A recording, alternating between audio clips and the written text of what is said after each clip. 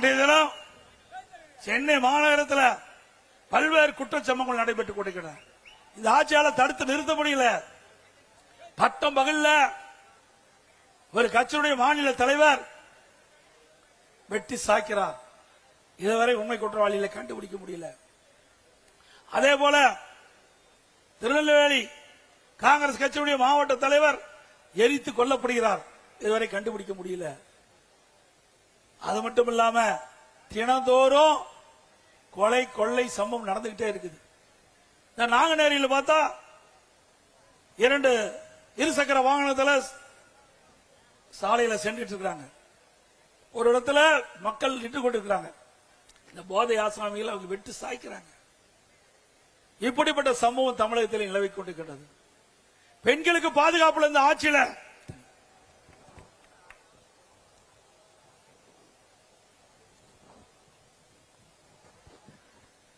திராவிட முன்னேற்ற கழக ஆட்சியில பெண் பிள்ளைகள் வெளியிலே சென்று வீடு திரும்பினா தான் நிஜம். ஏண்டதலுக்கும் சிறுமிகளுக்கும் பாதுகாப்பு இல்ல, பெண்களுக்கும் பாதுகாப்பு இல்ல, பாட்டிமார்களுக்கும் பாதுகாப்பு இல்ல. இவ்வளவு மோசமான ஆட்சி இந்தியாவில் எங்கேயும் பார்க்க முடியாது. இன்னைக்கு அண்மையில பாத்தீங்கன்னா பல்வேறு சம்பவங்கள்.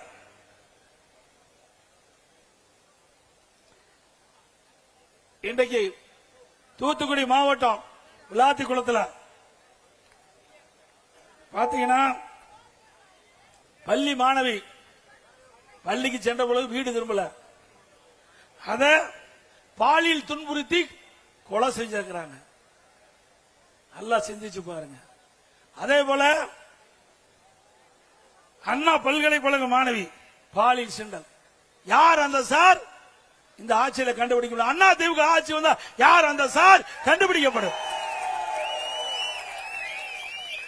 மதுராங்கத்தில் இருசக்கர வாகனத்தில் சென்று கொண்டிருந்த பெண்மணியை கடத்திக்கிட்டு போய் பாலியல் சீண்டல். கோயம்புத்தூர் விமான நிலையத்துக்கு அருகில ஒரு மாணவியும் ஒரு ஆண் நண்பரும் பேசிக் கொண்டிருக்கிறாங்க. காம கொடர்கள் அங்கே சென்று அந்த பெண்மணியை பாலியல் சீண்டலுக்கு உட்படுத்துறாங்க. இப்படி பெண்களுக்கு பாதுகாப்பு இல்லாத ஒரு சூழலை தமிழகத்தில் நிலவிக் கொண்டிருக்கிறது. இன்றைய தினம் தமிழகத்திலே திராவிட முன்னேற்ற கழகம் ஆட்சிக்கு வந்த பிறகு 6999 போச வழக்குகள் பதிவு செய்யப்பட்டிருக்கு சொன்னால் இந்த ஆட்சியிலே சிறுமிகளுக்கு பாதுகாப்பு இருக்குதா என்று சொல்லி எண்ணி பாருங்க. 6999 போக்சோ வழக்குகள் பதிவு செய்யப்பட்டிருக்கு சொன்னால் சிறுமிகளுக்கு இந்த ஆட்சி என்ன பாதுகாப்பு கொடுத்தது என்பதை எண்ணி பார்க்க வேண்டும். 2.5 வயது குழந்தை கிருஷ்ணகிரியிலே இன்றைக்கு பாலியல் சீண்டலுக்கு ஆளாக்கப்பட்டிருக்கிறார். இப்படி ஒரு மோசமான ஆட்சி, மக்களை பாதுகாக்க தவறிய ஆட்சி, குடும்பத்தை மற்றும் வளமாக செல்வ செழிப்பாக இருப்பதற்காக ஆட்சி செய்கின்ற ஒரே அரசாங்கம் திராவிட முன்னேற்ற கழக அரசாங்கம்.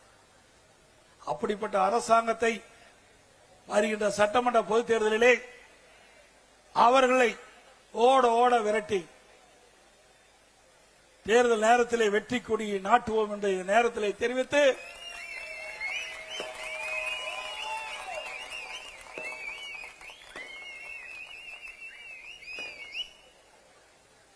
இந்த சட்டமன்ற தொகுதியிலே பாரதிய ஜனதா கட்சிக்கு ஒதுக்கப்பட்டுகின்றன. இந்த பாரதிய ஜனதா கட்சியினுடைய வேட்பாளர் போட்டியிட்டா அவருக்கு தாமரை சின்னத்திலே வாக்களித்து வெற்றி பெற வேண்டும். அதே போல சென்னை மாநகரத்திலே நம்முடைய அனைத்து இந்திய அண்ணா திராவிட முன்னேற்ற கழக வேட்பாளர் போட்டியிட்டா அவர் இரட்டை சின்னத்திலே வாக்களியுங்கள்.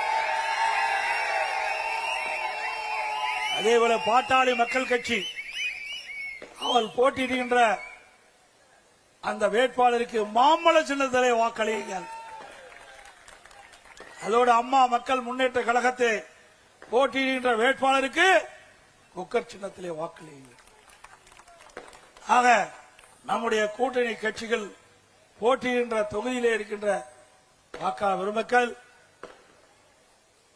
அந்த கட்சி வேட்பாளருடைய சின்னங்களுக்கு வாக்களித்து அவர்களை வெற்றி பெற செய்ய வேண்டுமாய் இருக்கிற கூப்பி வேண்டி கேட்டு இந்த மிகச் சிறப்பாக எழுச்சியாக முதல் தேர்தல் பிரச்சார கூட்ட நிகழ்ச்சி கலந்து கொண்டுள்ள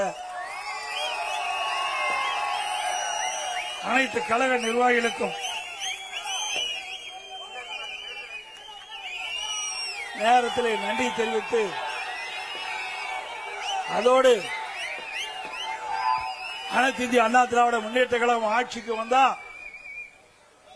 இன்றைக்கு எல்லா குடும்ப அட்டையில் இருக்கின்ற நம்முடைய குடும்ப தலைவிக்கு மாதந்தோறும் 2000 ரூபாய் வழங்கப்படும். அதே போல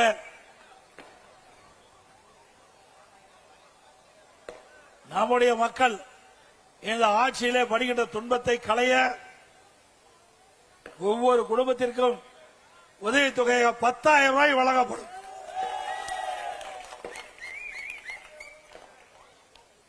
நகர பேருந்தில் தற்போது பெண்கள் கட்டணம் இல்லாமல் பயணம் செய்கின்றார்கள். அதே போல அதிமுக ஆட்சிக்கு வந்த பிறகு ஆண்களும் நகர பேருந்திலே கட்டணம் இல்லாமல் பயணம் செய்யலாம். குடும்ப அட்டைதாரருக்கு ஃப்ரிட்ஜ் வழங்கப்படும்.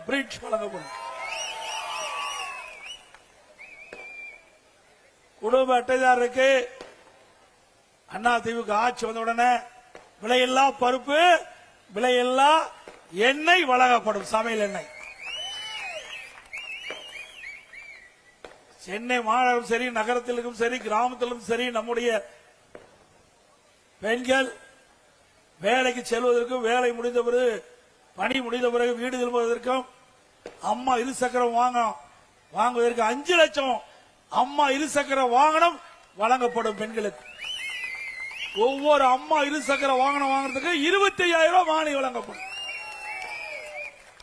ஆட்டோ ஓட்டுகிறவர்கள் ஆட்டோ சங்கத்தில் பதிவு செய்யப்பட்டு புதிய ஆட்டோ வாங்கினா 75,000 ரூபாய் மானியம் கொடுக்கப்படும். முதியோர் உதவித்தொகை உயர்த்தி வழங்கப்படும் 2,000 ரூபாயாக. இன்றைக்கு ஒவ்வொரு குடும்பத்திற்கும் அதிமுக ஆட்சி வந்த பிறகு 3 கேஸ் சிலிண்டர் மானியமாக வழங்கப்படும். நம்முடைய தாய்மார்களுக்கும் பெண்களுக்கும் தீபாவளி பண்டிகை சிறப்பாக கொண்டாடுவதற்கு அவர்களுக்கு பட்டு சேலை வழங்கப்படும். படித்த இளைஞர்கள் வேலைவாய்ப்பிலே பதிவு செய்யப்பட்டு பணி கிடைக்காமல் இருக்கின்ற நம்முடைய இளைஞர் சகோதரர்களுக்கு மாதந்தோறும் பட்டப்படிப்பு படித்தவர்களுக்கு 2,000 ரூபாய் வழங்கப்படும். பிளஸ் 2 படித்தவர்களுக்கு 1000 ரூபாய் வழங்கப்படும்.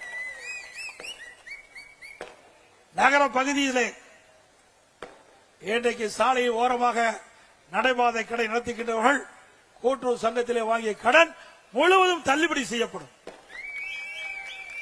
மாற்றுத்திறனாளிகள் கூட்டுறவு சங்கத்திலே வாங்கிய கடன் முழுவதும் தள்ளுபடி செய்யப்படும்.